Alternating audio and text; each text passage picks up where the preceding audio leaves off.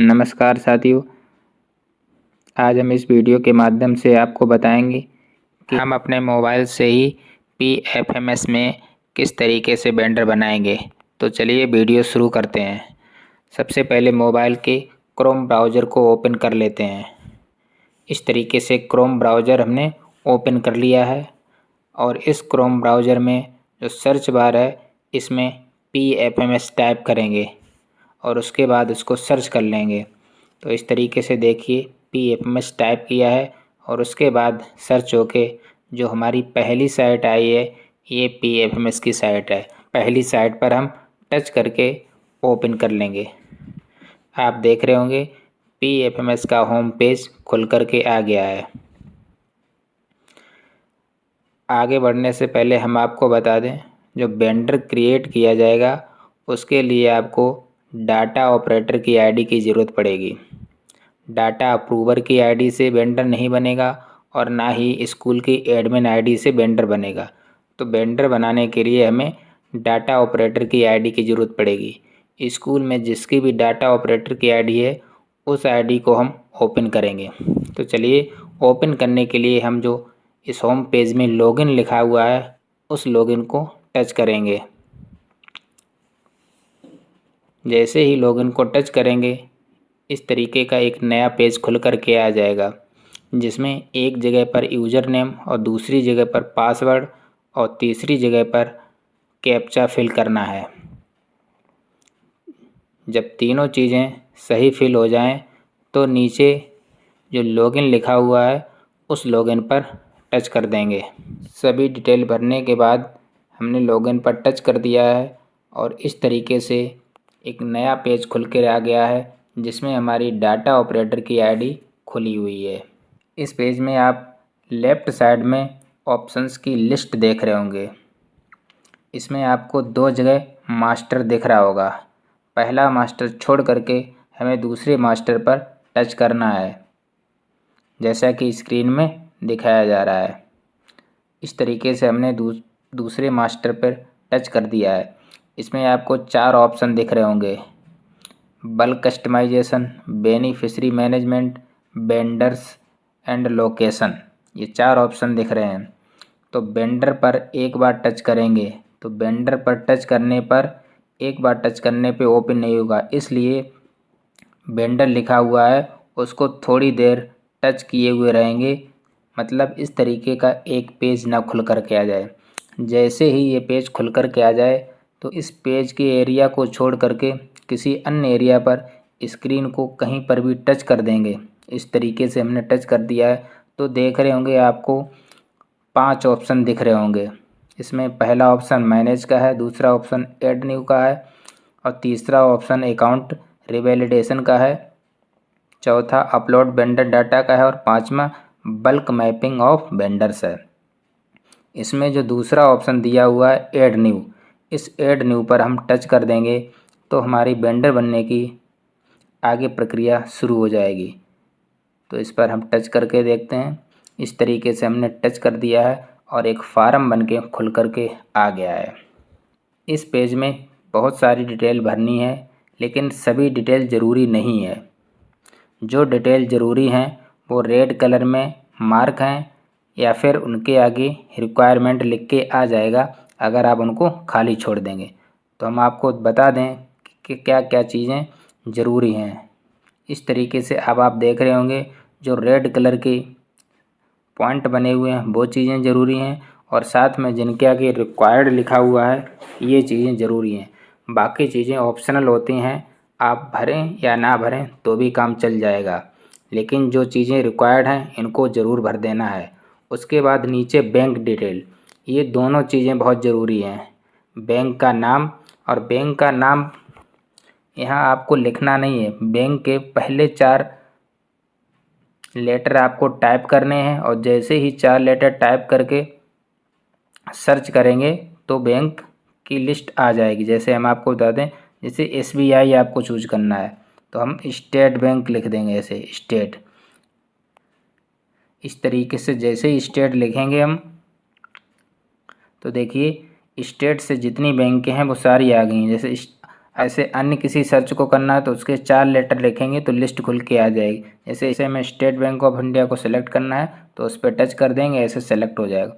उसके बाद नीचे अकाउंट नंबर डाल देना है और अकाउंट नंबर डालने के बाद ऐड बैंक डिटेल कर देंगे। बैंक का नाम और अकाउंट नंबर ये दोनों कंपलसरी हैं, भले ही इनके आगे रिक्वायर्ड या फिर रेड सिंबल नहीं बना हुआ है। सारी चीज़ें भरने के बाद नीचे सेव पर क्लिक कर देंगे। जब अगर सभी चीज़ें सही भरी होंगी तो आपको एक वेंडर आईडी मिल जाएगी, वो आपको नोट करके रख लेना है। तो इस तरीके से आपका नया वेंडर बन जाएगा।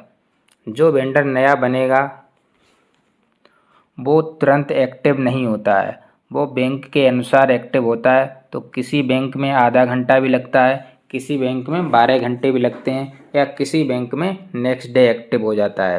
तो ये सभी बैंकों की प्रोसेस अलग अलग है, तो इसलिए आप थोड़ा वेट करें। उसके बाद आप वेंडर की डिटेल चेक करेंगे या उसका स्टेटस चेक करेंगे तो वहाँ पर आपको एक्टिव शो होने लगेगा। हम आपको चेक करके बता रहे हैं कि वेंडर आपका एक्टिव हुआ है कि अभी तक एक्टिव नहीं हुआ है। तो हम फिर से सेकंड मास्टर पे जाएंगे और सेकंड मास्टर में जो 4 ऑप्शन खुलेंगे उसमें वेंडर को थोड़ी देर के लिए टच करेंगे। टच करेंगे तो जो ये स्क्रीन बन के आई है, इस एरिया को छोड़ के कहीं और स्क्रीन पर टच कर देंगे। इस तरीके से इसमें जो पहला ऑप्शन मैनेज का है इस पर टच करेंगे। इस तरीके से टच कर दिया है। जैसे ही टच करेंगे तो जो हमने वेंडर बनाया था वो हमारा यहाँ पर शो होने लगेगा। शो होने के बाद आप लास्ट में अकाउंट स्टेटस देख रहे होंगे, ये हमने पहले बनाया हुआ था इसलिए अभी एक्टिव शो हो रहा है। अगर ये हम तुरंत बनाए होते तो अभी यहाँ पर एक्टिव शो नहीं होता। तो हमारा वेंडर जब एक्टिव हो जाता है तभी वो फंक्शन उसका वर्क करेगा। जब तक एक्टिव नहीं होता है तब तक उसमें कोई भी पैसा ट्रांसफ़र नहीं कर सकते हैं। तो इसलिए वेंडर बनाने के बाद थोड़ा सा वेट कर लें, जब तक वो एक्टिव ना हो जाए तब तक उस वेंडर में पैसे ना भेजें। वेंडर की डिटेल भरते हुए लास्ट में अगर ये आ जाता है कि इस अकाउंट का वेंडर पहले ही बन चुका है तो फिर आपको उस अकाउंट का वेंडर बनाना नहीं है, जो बना हुआ है उसको मैप करना है। तो हम मैपिंग की प्रोसेस भी बता देते हैं साथ में। अगर कोई वेंडर पहले से बना हुआ है तो किस तरीके से उसको अपने अकाउंट में मैप करेंगे।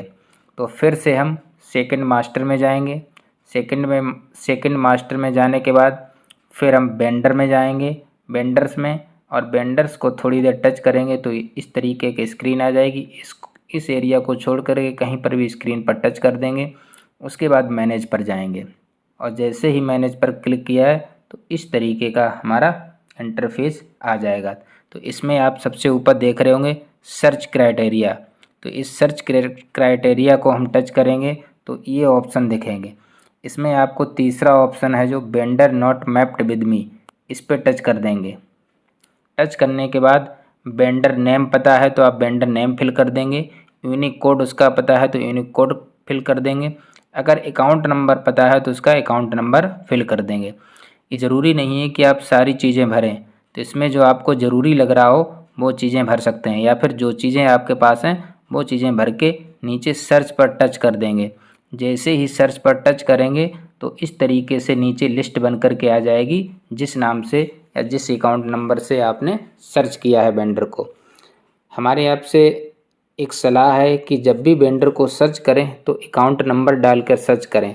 उससे ये होगा कि जो पर्टिकुलर आप सर्च करना चाहते हैं वही खुल कर के आएगा। अगर आप वेंडर के नाम से सर्च करेंगे तो एक नाम से कई सारे वेंडर बने होते हैं, तो फिर से आपको उस लिस्ट में जो हमारा वेंडर है उसको खोजना पड़ेगा।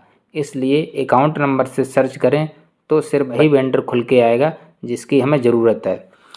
इस लिस्ट में जिस वेंडर की हमें ज़रूरत होगी उसके आगे देखिए एक टिक बॉक्स बन के आएगा, उस टिक बॉक्स में टिक कर देंगे। नीचे आप देखेंगे लिखा होगा मैप वेंडर, उस मैप वेंडर पे आप टच कर देंगे। जैसे ही टच करेंगे तो वो वेंडर आपके अकाउंट में मैप हो जाएगा। इसका मतलब है वो वेंडर आपके अकाउंट में शो होने लगेगा। हमारा अकाउंट का मतलब है जो आपकी डाटा ऑपरेटर आईडी है उसमें शो होने लगेगा। और इस तरीके से ऊपर लिख के आ जाएगा selected vendor beneficiary mapped successfully. तो ये थी प्रोसेस वेंडर बनाने की, और साथ में जो वेंडर बने हुए हैं पहले से उनको अपने डाटा ऑपरेटर आईडी में मैपिंग करने का तरीका। उम्मीद है आपको दोनों प्रोसेस अच्छे से समझ में आ गई होंगी। अगर इसके बावजूद कोई समस्या है तो आप कमेंट बॉक्स में बता सकते हैं। इसी तरीके के ज़रूरी वीडियो पाने के लिए हमारे चैनल को कृपया सब्सक्राइब ज़रूर कर दें। वीडियो देखने के लिए बहुत बहुत धन्यवाद।